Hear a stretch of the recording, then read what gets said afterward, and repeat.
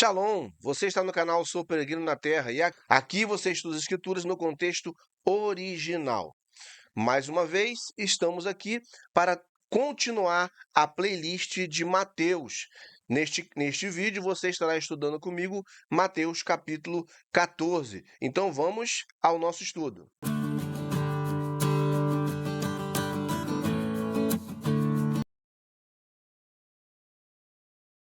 Na aula passada, você viu o capítulo 13. E vimos que, ao finalzinho do capítulo 13, Mateus escreve, né? E ele realizou poucos milagres ali por causa da falta de confiança deles. É o verso 58. Mas é interessante que aqui no capítulo 14, o texto inicia dessa forma: Por aquele tempo, Herodes, o governador regional, ouviu sobre a fama de Yeshua. Veja, o texto inicia dizendo por aquele tempo. Qual tempo? Se você volta no capítulo 13, você vai ver que é o tempo em que Yeshua estava naquela área ali da Galiléia, a área em que Herodes estava governando, e Yeshua estava por ali ensinando, fazendo milagres. E o texto começa a dizer para nós que naquele tempo, durante os momentos em que Yeshua estava naquela área ali, tá? Herodes, o governador regional, ouviu sobre a fama de Yeshua. E aqui eu quero trazer uma introdução para você, uma introdução arqueológica, uma introdução histórica a respeito de quem era esse Herodes e por que o texto de Mateus diz que ele era o governador regional. Então, acompanhe comigo, porque no comentário judaico do Novo Testamento, de David H. Stern, ele fala o seguinte, olha, Herodes Antipas era filho de Herodes o Grande, tá? Nós podemos ver isso lá no capítulo 2, verso 1, falando sobre Herodes o Grande. Esse Herodes Antipas, ele era governador sobre a Galiléia e Pérea, tá? Na época aí de 4.000, de 4 antes da era comum, a partir do ano 4 antes da era comum até o ano 39 da era comum. Ou seja, exatamente no período em que Yeshua inicia seu ministério, vive a sua vida e posteriormente aí Herodes ainda continuou, tá? Esse Herodes Antipas, certo? Então, o que David H. Stern continua falando? Ele diz o seguinte, que esse governador regional, tá? Ele vem do grego, tá? Tetrarcos, né? Que significa o quê? Governador de um quarto. Governador de um quarto de um país. Porque Herodes o Grande, tá? Ele tinha dividido o, o seu reino em três partes, tá? Não em quatro. Ele dividiu o seu reino em três partes entre seus filhos. E cada um deles governava aí uma dessas partes que ele estabeleceu. Por isso o tetrarca, tá? Dividido seria aí quatro partes, mas Herodes dividiu em três partes, ok?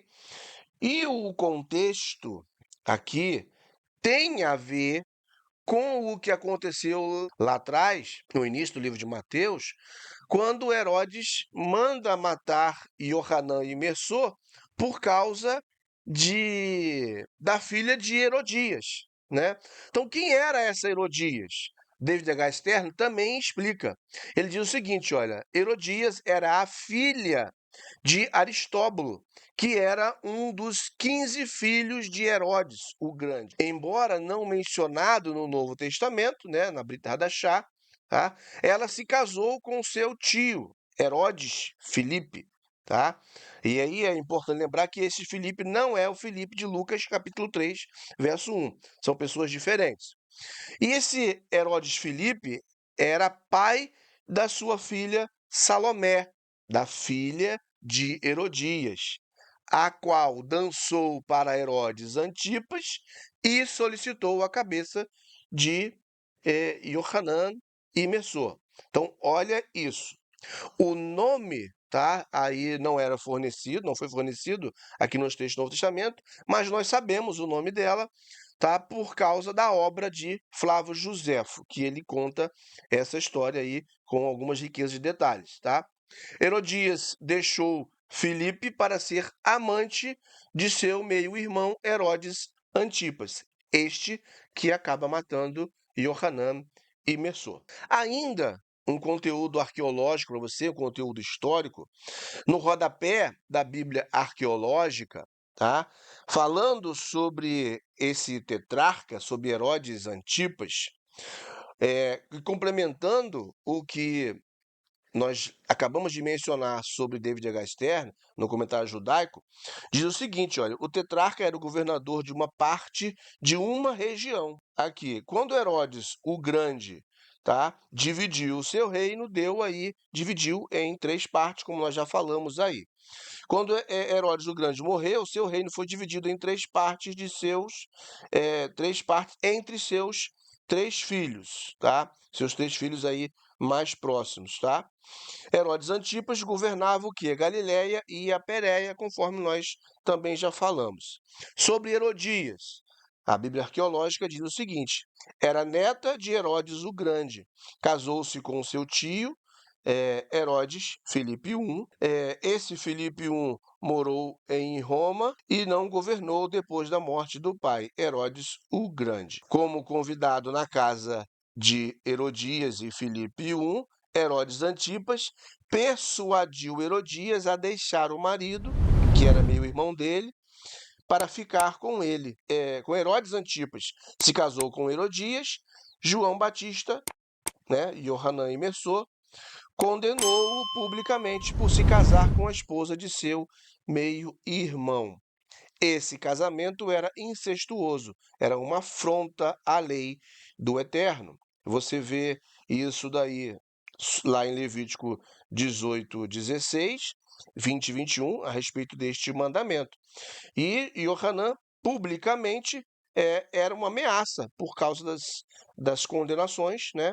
Ele era uma ameaça a Herodes. Por isso, o rei mandou prender a fim de cortar a influência de João Batista sobre o povo. Flávio Josefo declarou que João foi aprisionado em Maquera, fortaleza situada na Pérea, no lado oriental do Mar Morto. Ok? Então, olha o contexto histórico de por que Herodes aparece aqui no capítulo 14 de Mateus. Voltando ao texto, ele fala o seguinte: por aquele tempo, Herodes, o governador regional, ouviu sobre a fama de Yeshua e disse a quem o servia: este deve ser Johanã e Messor. Ele ressuscitou dos mortos, por isso estão operando nele poderes miraculosos.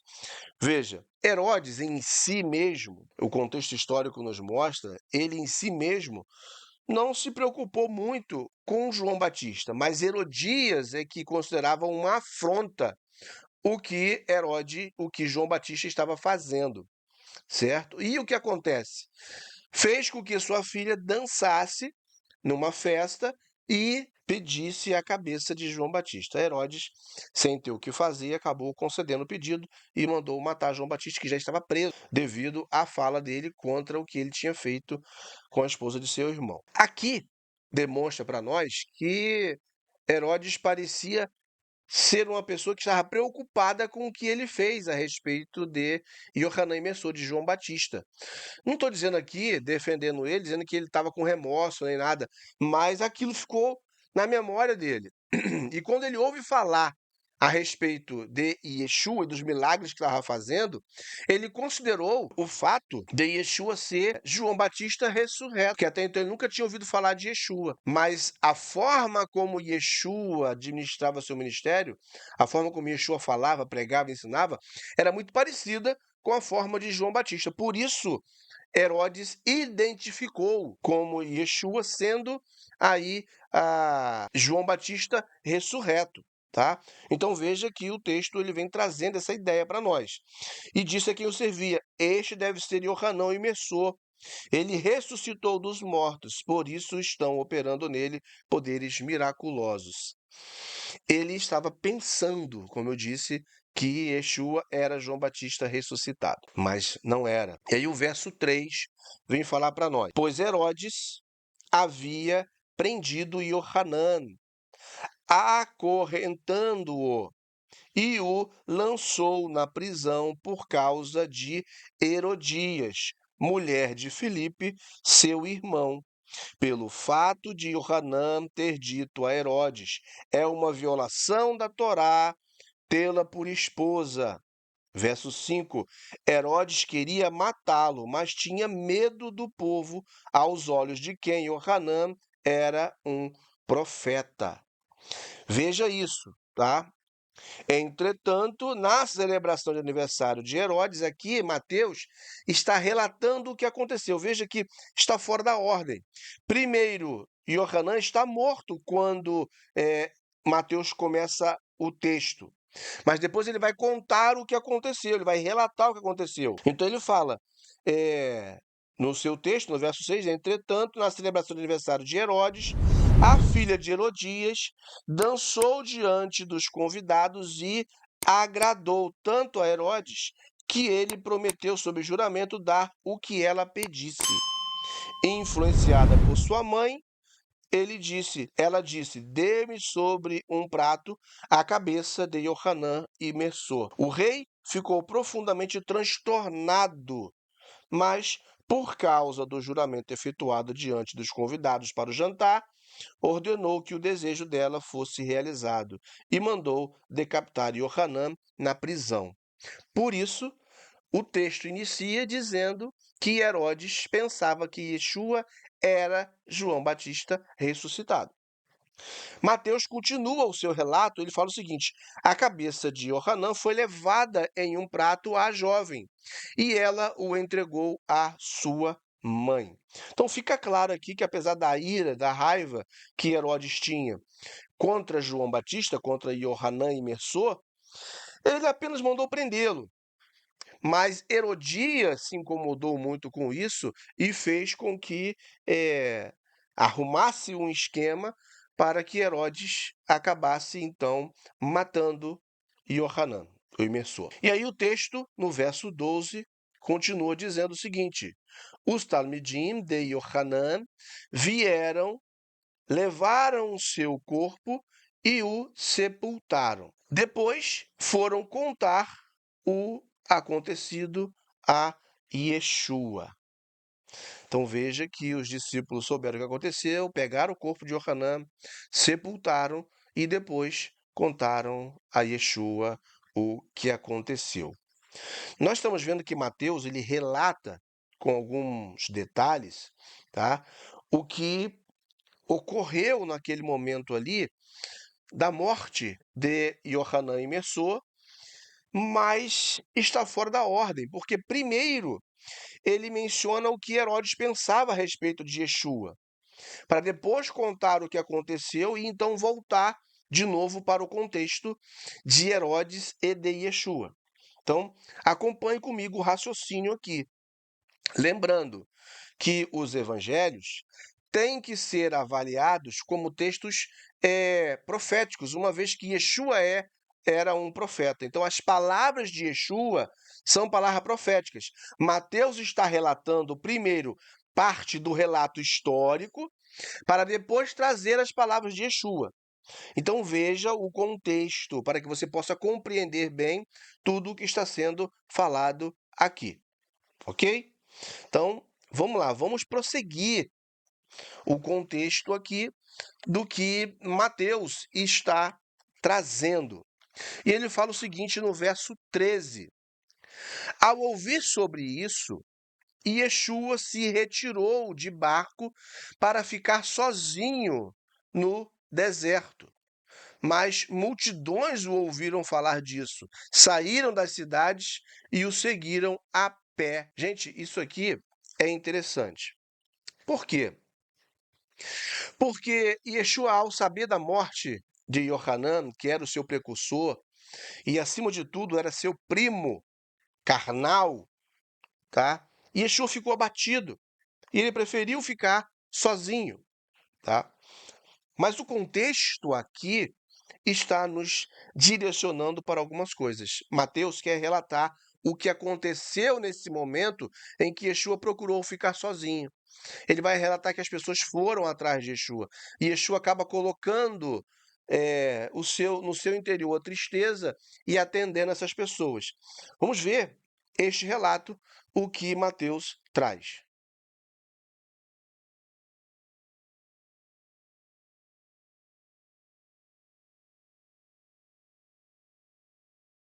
Vamos então para o verso 14. Diz assim: Quando Yeshua saiu do barco e viu a multidão muito grande, teve compaixão e curou as pessoas, entre eles que estavam doentes. Veja que Yeshua, como eu falei, ele se retirou para ficar sozinho, para sofrer o luto de seu primo, mas quando ele encontra a multidão necessitada, ele cuida das pessoas, tá? Ele dá o atendimento necessário para as pessoas, cumprindo então o mandamento de ajudar o seu próximo, de ajudar o necessitado. Yeshua era um cumpridor dos mandamentos. E aí vem o verso 15. Ao cair da tarde, os talmidim se aproximaram dele e disseram: Este é um lugar afastado e já está ficando tarde. Mande embora a multidão para que possam ir comprar comida nos povoados. Aqui eu quero fazer uma pausa e raciocine comigo, trazer você a um pensamento, a uma reflexão. Esses talmidim, apesar de terem visto tantas coisas até aquele momento ali, ainda não tinham se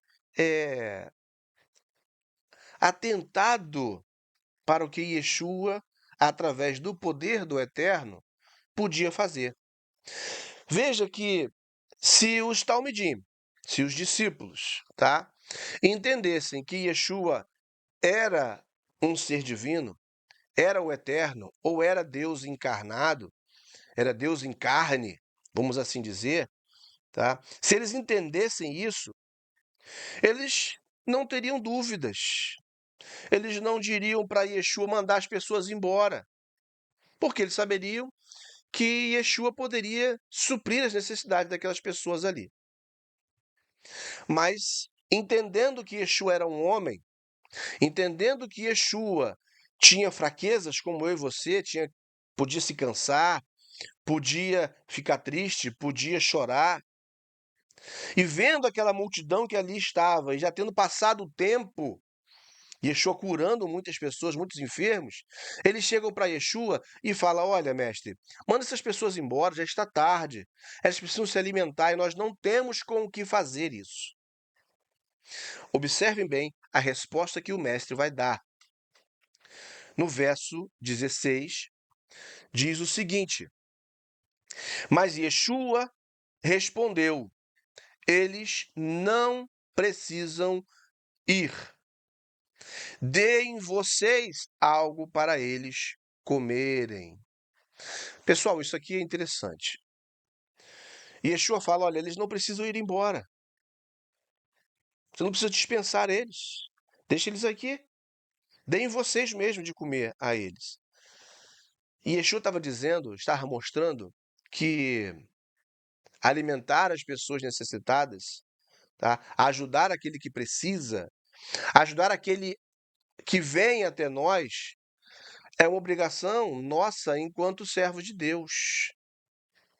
Nós devemos ajudar os que precisam. E isto é um mandamento.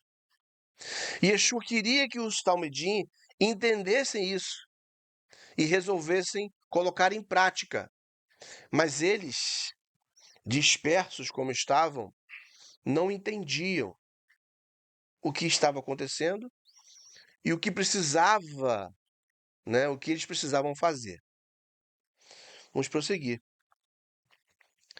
E eles disseram o seguinte, verso 17: Tudo que temos conosco, eles disseram, são 5 pães e 2 peixes. Yeshua diz. Ele disse: tragam-nos aqui para mim. Verso 19. Depois de instruir a multidão para se sentar na grama, ele pegou os 5 pães e os 2 peixes e, olhando para cima em direção ao céu, disse uma brachá. A seguir, partiu os pães e os deu aos talmidim, e estes à multidão. Todos comeram quanto quiseram, e eles recolheram 12 cestos cheios de sobras. Verso 21. Cerca de 5.000 homens, sem contar mulheres e crianças, foram alimentadas naquele dia. Mas eu quero parar aqui, para que a gente possa refletir em algumas coisas importantes nesse texto. Que é importante destacar que Yeshua falou, tudo que temos, os discípulos falaram, tudo que temos conosco são 5 pães e 2 peixes. Pessoal, nós estamos estudando as Escrituras no contexto original. O contexto original é judaico. Yeshua era judeu e os Talmidim eram judeus. Quando Mateus, que era também um judeu, escreve isto, ele não escreve estas coisas sem propósito algum. Não era por acaso que alguém, uma criança, como Lucas vai falar, tinha ali como seu alimento guardado 5 pães e 2 peixes. O Eterno ele providencia todas as coisas para trazer os apontamentos necessários. Como eu falei, a vida de Yeshua era uma vida profética. Tudo na vida dele tinha propósitos profundos. Quando Mateus relata aqui que alguém tinha 5 pães e 2 peixes e os discípulos dizem, olha, nós não temos mais nada além de 5 pães e 2 peixes. Isso aqui é um ensino para mim e para você. Um ensino de que nada nós precisamos além de pães e peixes. Especificamente de 5 pães e 2 peixes. Por quê? Porque isso é a utilização de um método judaico de interpretação chamado de palavras-chave. Para que você possa entender o entendimento profético, o sentido profético dessa passagem e desse relato histórico aqui, é preciso que você compreenda como os judeus interpretam. A palavra-chave para uma das palavras-chave para Torá é pão. Veja que o contexto aqui traz 5 pães. Dentro de um entendimento lá da Torá, você pega as tábuas dos mandamentos, tá? Que eram 2, e em cada uma tinha 5 mandamentos. Por isso nós estamos dizendo, olha, 5 pães, ou seja, mandamentos, a Torá de Hashem. E 2 peixes. Peixes também são alimento, fazendo menção às 2 tábuas. Então, 2 tábuas que têm 5 mandamentos em cada. Então, o que se precisa para alimentar pessoas? Dentro de um sentido profético, precisa-se da Torá de Hashem. Yeshua estava dando um ensino para aqueles talmidim que queriam dispensar a multidão. Olha, mestre, o tempo já passou, o senhor já fez muitos milagres, agora manda a multidão embora para que eles possam comer. E Yeshua falou, deem vocês mesmo alimento. E Yeshua não estava apenas falando do alimento humano, do alimento carnal, do pão, mas ele estava falando a respeito do alimento espiritual. E o texto vai falar, tudo que temos são 5 pães e 2 peixes. Peixes também são uma referência, um apontamento profético para aqueles que estão vivendo em Techuvá, porque são purificados pela água, que também é um apontamento para a Torá. Então, as pessoas que vivem em Techuvá dão alimento para aqueles que ainda não estão. E o texto está dizendo para nós, verso 18, ele disse: tragam-nos aqui para mim. Quando eu paro e olho para 5 pães e 2 peixes, se eu for procurar na Torá sobre peixes, eu vou achar em Devarim, capítulo 28, verso 13, o seguinte texto: o Senhor fará de vocês a cabeça das nações e não a cauda, se obedecerem aos mandamentos do Senhor, do seu Deus, que lhes dou, e os seguirem cuidadosamente, vocês estarão sempre por cima, nunca por baixo.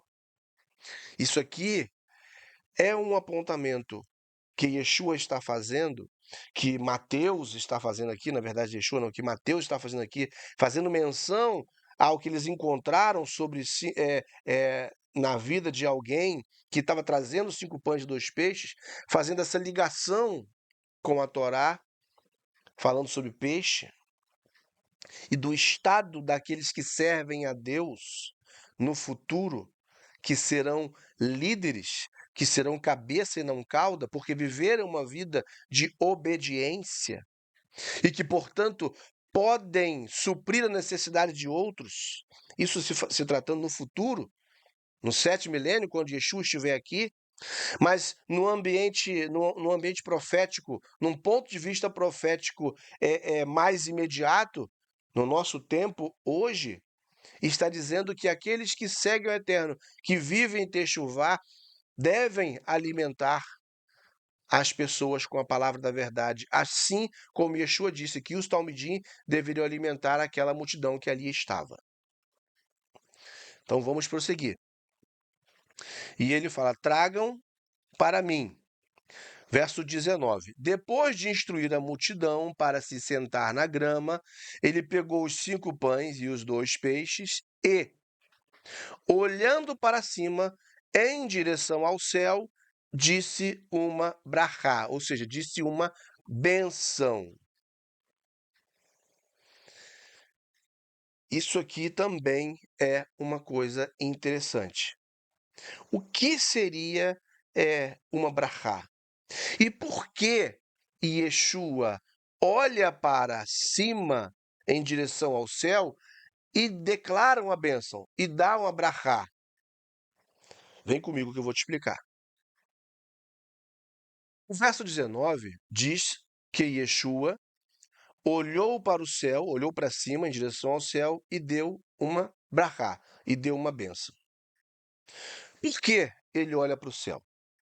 Se você for olhar dentro dos textos, tá, a respeito de Yeshua, nas Bessorot, nos evangelhos, há cerca de 6 registros de Yeshua olhando para o céu, ou seja, elevando seus olhos para os céus. O David H. Stern, no comentário judaico do Novo Testamento, ele fala o seguinte, tá? Yeshua ora, né, com os olhos abertos. Por que isso? Porque os judeus geralmente fazem isso nos dias, tanto da época de Yeshua, como atualmente. É um costume judaico declarar bênçãos ou fazer orações de olhos abertos. Até mesmo, por exemplo, na oração do Shema, quando você vai fazer a oração do Shema, você faz o sinal do Shin e você coloca nos seus olhos ali, tá? Tampando os olhos, mas os seus olhos acabam ficando abertos, você olhando para a sua mão. Então veja, os judeus geralmente fazem isso nos dias de hoje, mas os cristãos frequentemente oram com os olhos fechados. Não existe nenhum mandamento na Torá, tá, a respeito da obrigatoriedade de olhar de olhos abertos ou de olhar de olhos fechados, ok? O David H. Stern continua dizendo que numa época em que as pessoas ficam facilmente distraídas, fechar os olhos pode ajudar a se concentrar em Deus. Por outro lado, Aqueles que escolhem manter seus olhos abertos têm o Messias como seu modelo. Por quê? Messias, Yeshua, como um judeu, orava e dava as suas bênçãos de olhos abertos, como judeu, tá? Tinha esse costume. Se você fizer, você está repetindo, né, o costume que ele tinha. A expressão ao céu, tá? Também pode carregar aí um significado secundário, como já falei, as palavras-chave, tá? Olhar para o céu significa olhar em direção ao eterno, porque céu pode ser um apontamento tanto para o eterno quanto para as pessoas que vivem de acordo com a vontade de Hashem, a vontade de Deus, certo? Presta atenção, não é à toa que Yeshua, vez por outra, fala: o reino de Deus é semelhante a. E às vezes ele troca e bota: o reino do céu é semelhante a. Céu é uma palavra que substitui o título Deus ou o nome do eterno, certo? Então, veja o uso das palavras-chave por um judeu, Yeshua sendo judeu, Mateus sendo judeu, como que é o contexto. Então ele olha para o céu para dar a bênção, porque ele está voltando a sua mente, os seus olhos para o eterno. Não é meramente olhar para o céu para reparar o céu, mas para se voltar para Deus. Voltar a sua mente e o seu coração para o eterno. Agora, o que é uma brachá? O que é uma bênção? Tá? Em hebraico, tá? A palavra brachá significa bênção ou abençoar, tá?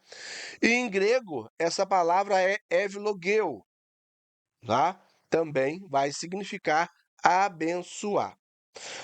David H. Stern fala o seguinte, que abençoar, falar bem de. Em outros lugares, é frequentemente, aí como no grego, evcharisto, tá? Que significa agradecer. Embora o texto não diga isso especificamente, é razoável supor que Yeshua tenha recitado a brachá costumeira, tá?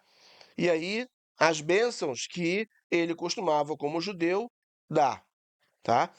Como que essas bênçãos? As bênçãos que os judeus fazem há mais de 2000 anos, antes das refeições, que incluem pão. Ele tinha pão nas suas mãos e peixe, tinha alimento. Então, qual era a bênção que ele ia dar sobre o pão? Baru atah Adonai Eloheinu melech haolam amotzi lechem min haaretz. Bendito sejas tu, eterno nosso Deus, Rei do universo, que tira o pão da terra. E, fatalmente, ele tinha dado a bênção do peixe. Né? Bendito sejas tu, eterno nosso Deus, Rei do universo, que nos dá os peixes do mar como nosso alimento. Então vejam, Yeshua, como judeu, cumpre o que todo judeu cumpriria naquele momento, de comer. Então o texto vai continuar falando para mim e para você. Mas antes eu quero ainda explicar algo mais para você a respeito da bênção, da brachá.